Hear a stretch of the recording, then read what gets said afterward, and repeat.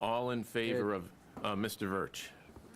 I note that we're now hearing that a different device should be the device chosen by this board.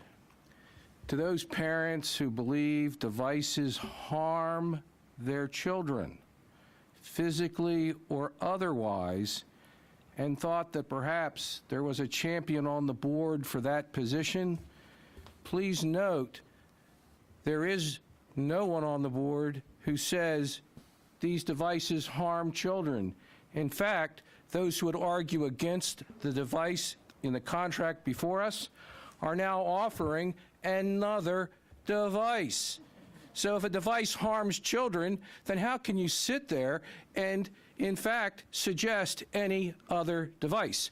To those parents who take that position, you now have been cast to the curb. Secondly, if you believe that devices are not an effective tool for either teachers to use or, because there is another dimension to this, for our students to use as effective tools, then please note, if that's your position, then you have been cast to the curb by the very same folks here who otherwise may have been your champion, because they are now saying, here is a device which must be an effective tool, because no one here would harm a child or give a child a device that isn't useful. Lastly, to those who believe that devices cost dollars and that these dollars are taken away from other valid, worthwhile, useful purposes, you've heard that term, opportunity costs, and you believed you had champions on this board on that particular point, please note, those same folks that you may have seen as a champion, they now have said, no, we should be spending dollars on devices Mr. Chair, because I would these make are a point of order that is totally inappropriate for Mr. Virch to put words in my mouth. I have accepted this unprofessional behavior for entirely too long. I beg your pardon. Hold on, Now, Mr. Virch. I have been extraordinarily patient to listen to numerous comments, and I've even called upon Ed when I thought there were folks who, by showing their enthusiasm, were actually taking away from what I could hear from my colleague, Ms. Miller, who I don't often agree with, but out of fairness, we should listen to what she says. So, if you believe that there were opportunity costs associated with the device contract before us now, and that you had champions who would fight that battle for you because they're concerned about a lack of social workers or other useful employees that could be hired, please note, folks are now saying your position's being cast to the curb because there's another device that these folks are advocating for. Lastly, what you have not heard in the weighting, the 15% weighted for dollar value, there was a twice that value associated with quality. So, what do we hear? We don't hear take from quality and put it over here to wait for dollars.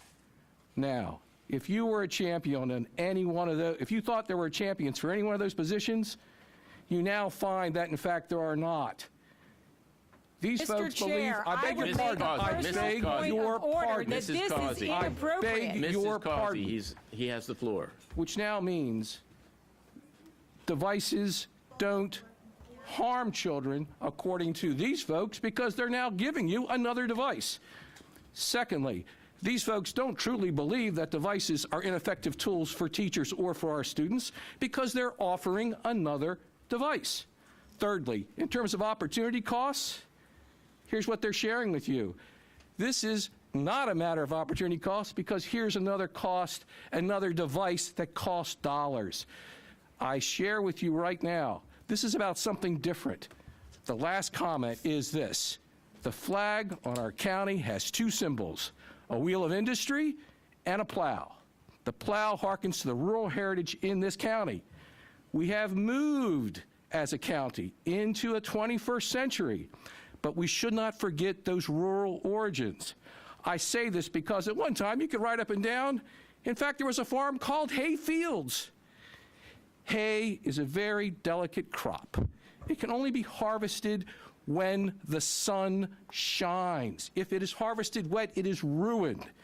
And in fact, in our political lexicon, Let's try to keep- I am wrapping it up. Let's try to keep it on topic. And The motion is that term is the following: make hay while the sun shines. And what you have heard tonight is the hypocrisy of three positions, and I've just All right. elaborated them. Okay, making hay while the sun shines. Very good. Thank you, Mr. Verch. Mrs. Causey. Mr. Chair, I would appreciate in the future. Mike. I think it would be more appropriate in the future to prevent board members from making personal attacks on other board members, putting words in their mouths that do not belong, to have such a tirade for such a length of time.